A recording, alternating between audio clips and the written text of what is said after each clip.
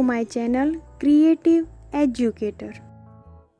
નમસ્કાર મિત્રો, આપણે યુનિટ 2 ડેન્ટલ હેલ્થની અંદર ભાગ 1માં જોયું કે સોનિયા નામની છોકરી છે, એને દાંતની અંદર અસહ્ય દુખાવો થતાં એ ડૉક્ટર શર્માના ક્લિનિકમાં જાય છે અને એને કેવિટીનું નિદાન થાય છે.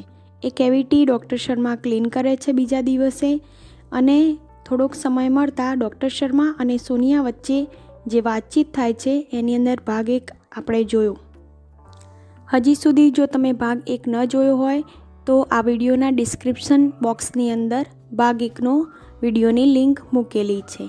હવે આપણે જોઈએ ભાગ નંબર 2. Sonia, what is the right way of brushing the teeth doctor? Sonia પૂછે છે ડૉક્ટરને કે બ્રશ કરવાનો રાઇટ વે એટલે કે સાચો વે કયો છે doctor? Doctor Sharma, most of the people brush there teeth while moving the brush in sideways only. Most of the people એટલે કે મોટાભાગના લોકો બ્રશ કરે છે ધેર ટીથ એટલે કે તેમના દાંતને while moving the brush in sideways only, ખાલી એ સાઇડવેઝની અંદર એટલે કે આડો ભાગ જે છે એ સાઇડવેની અંદર લોકો મોટા ભાગે બ્રશ કરતા હોય છે. But the right way is to move it upward and downward. પણ એનો રાઇટ વે એટલે સાચો રસ્તો જે છે દાંત સાફ કરવા માટેનો, એ બ્રશનો મૂવ એટલે કે એનું મૂવ કેવું થવું જોઈએ? અપવર્ડ ઉપરની બાજુ, એન્ડ ડાઉનવર્ડ એટલે કે નીચેની બાજુ, so that it રિમૂવ્સ the tiny bits of food stuck between the teeth. અને એના કારણે શું થાય? સો દેટ એટલે તેથી, ઇટ રિમૂવ્સ એનાથી રિમૂવ એટલે કે નિકાલ થાય, ધ ટાઇની બિટ્સ એટલે કે નાના જે ટુકડા છે ઓફ ફૂડ એટલે ખોરાકના, stuck between the teeth, stuck એટલે કે જે ભરાઈ રહ્યા હોય છે, બિટવીન ધ ટીથ એટલે કે દાંતની વચ્ચે જે ભરાઈ રહેલા નાના ટુકડા હોય છે એ રિમૂવ થાય. The gum lines should also be brushed with gentle stroke. Gum lines એટલે કે આપણા જે પેઢા હોય છે એ પેઢા પણ ચોક્કસપણે એને બ્રશ થવું જોઈએ વિથ જેન્ટલ સ્ટ્રોક એટલે કે હળવા સ્ટ્રોકથી. Not only this, clean your mouth after every meal and every time you eat a chocolate or ice cream. ખાલી બ્રશ જ નહીં પરંતુ ક્લીન યોર માઉથ, તમારું મોં જે છે એ સાફ કરવું જોઈએ. આફ્ટર એવરી મીલ, દરેક ભોજનની આફ્ટર એટલે કે પછી, એન્ડ એવરી ટાઈમ અને દર વખતે, you eat a chocolate or ice cream, જ્યારે ચોકલેટ કે આઈસ્ક્રીમ જેવું કોઈ વસ્તુ તમે ખાઓ એના પછી પણ મોં સાફ કરવું જોઈએ. Sonia, would you tell me the reason doctor? ડૉક્ટરને પૂછે છે કે શું તમે મને એનું રીઝન એટલે કે કારણ કહેશો? Doctor Sharma, cleaning of mouth is the first requirement of dental hygiene. Cleaning of mouth એટલે કે મોંની સફાઈ જે છે એ તો ફર્સ્ટ રિક્વાયરમેન્ટ, પહેલી જરૂરિયાત છે ડેન્ટલ હાઇજીન માટે, દાંતની સ્વચ્છતા માટે એ પહેલી જરૂરિયાત છે. If you don't clean your mouth, જો તમે તમારું માઉથ ક્લીન નહીં કરો, the tiny bits of food inside stuck to the surface of your teeth. મોં સાફ નહીં કરો તો જે ખોરાકના નાના ટુકડા હશે જમતી વખતે જે દાંતની અંદર ભરાઈ રહ્યા હશે, ઇનસાઇડ સ્ટીક કે જે અંદર ચોંટી રહ્યા છે, to the surface of your teeth કે જે તમારો દાંત છે એના સરફેસ ઉપર, સપાટી પર, એન્ડ ઇન ધ સ્પેસ, અને બીજી ક્યાં એ રહે છે તો સ્પેસ બિટવીન યોર ટીથ, દાંતની વચ્ચે જે જગ્યા છે એની વચ્ચે પણ એ સ્ટીક એટલે કે ફસાઈ જાય છે. Now germs feed on these food particles when eventually eat up parts of the teeth two.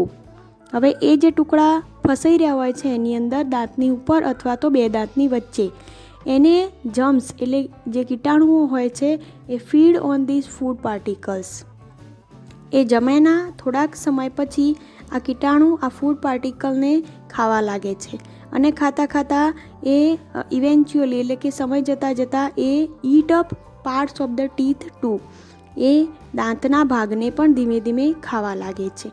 They destroy the enamel coating of the teeth and in a long run it leads to cavity. અને આ germs જે છે એ વારંવાર એ food particle ખાતા ખાતા દાંતને પણ ખાય છે, અને એના કારણે દે ડિસ્ટ્રોય એટલે કે વિનાશ કરે છે the enamel coating. Enamel coating એટલે કે આપણા દાંતનું પહેલું જે પડ છે એ વ્હાઇટ પડ હોય છે, એ પણ દાંતનું હવે એ ખાવા લાગે છે. And in a long run એટલે કે લાંબા સમયે ઇટ લીડ્સ ટુ કેવિટી, અને એ જે છે એ સડો ઉત્પન્ન કરે છે. Sonia, enamel coating, what's that? સોનિયાને પ્રશ્ન થાય છે કે ઇનેમલ કોટિંગ એ શું છે? Doctor Sharma, for that you need to understand the construction of our teeth. એના માટે કે યુ નીડ ટુ અન્ડરસ્ટેન્ડ, તારે સમજવું જરૂરી છે to the construction of our teeth. The construction એટલે કે બાંધકામ, આપણા દાંતનું જે કન્સ્ટ્રક્શન છે, બાંધકામ છે, તારે સમજવું જરૂરી છે. Our teeth have 3 layers. આપણા દાંતના 3 લેયર એટલે કે 3 પડ હોય છે. The uppermost white layer is called enamel. પહેલું જે વ્હાઇટ લેયર છે, સૌથી પ્રથમ એ આ વ્હાઇટ કલરનું આપણને દેખાય છે, એને ઇનેમલ કહેવાય છે. It is the hardest and strongest part of our body. અને એ જે છે એ આપણા શરીરનું સૌથી હાર્ડેસ્ટ એટલે કે સખત અને સ્ટ્રોંગેસ્ટ એટલે કે મજબૂત ભાગ છે. The second layer is cold dentine. બીજું લેયર જે છે એને ડેન્ટિન કહેવામાં આવે છે. ઇટ ઇઝ સ્લાઇટલી યેલોઇશ, અને એ જે હોય છે એ થોડુંક ચીકણું પદાર્થ જેવું યેલોઇશ એટલે કે પીળા કલરનું હોય છે, જેને ડેન્ટિન કહેવામાં આવે છે. ઇનેમલને ગુજરાતીમાં દંતવલ્ક કહેવામાં આવે છે. બીજું લેયર છે ડેન્ટિન, અને the innermost layer is called dental pulp. અને સૌથી અંદરનું પડ જે છે એ ડેન્ટલ પલ્પ, એને દાંતનો પલ્પ એટલે કે એક પ્રકારનો માવો કહેવામાં આવે છે. In your molar there was a cavity which now no more exit.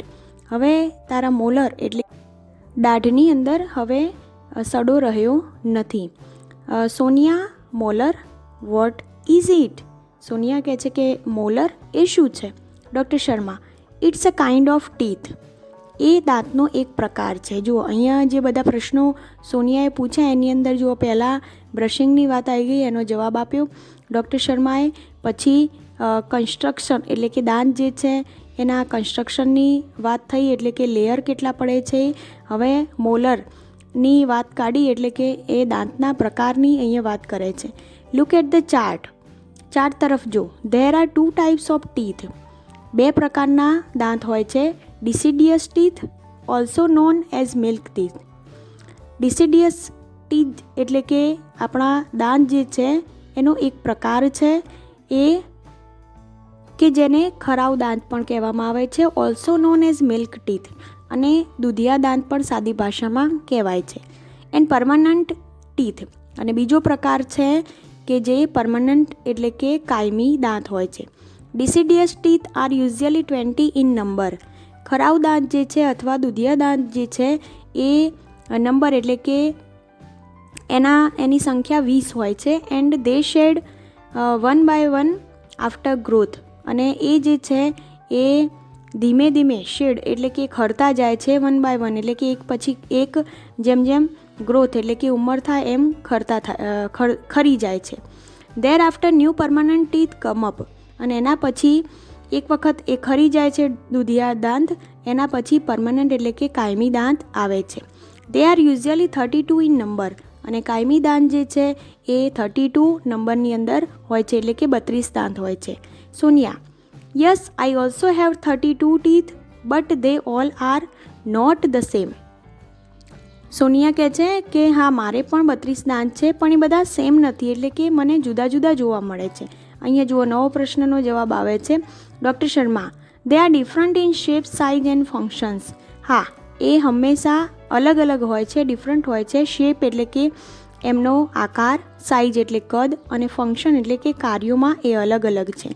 There are 4 incisors, 2 canines, 4 premolars and 4 or 6 molars in each જો.